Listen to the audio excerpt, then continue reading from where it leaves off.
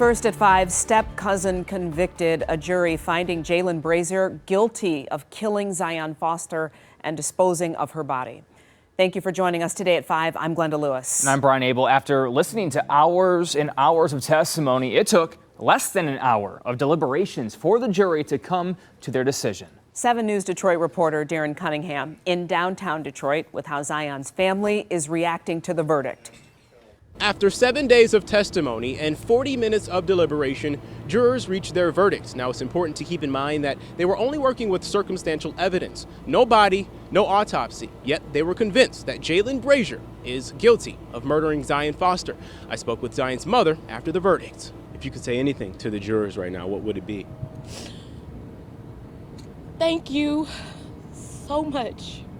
Thank you so much for looking at the facts, for not being distracted. As to count 1, how do you find it? Guilty.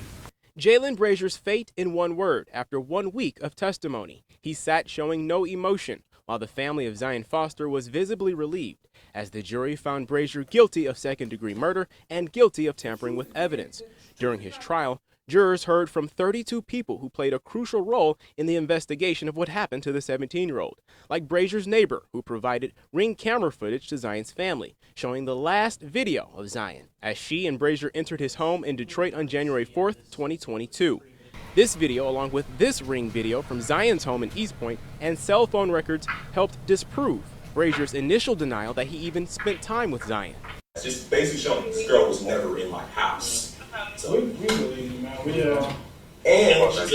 known to be a runaway. That exact notion that she ran away is the narrative Zion's mother fought hard against, detailing the frustration of Eastpointe police not taking her daughter's disappearance seriously. During closing arguments, the prosecution reiterated what it describes as a web of lies and deception by Brazier, attempts to cover up a struggle with Zion that led to her death. Yet Brazier maintained Zion was dead before he dumped her body, and that the scratches on his neck were from his cat.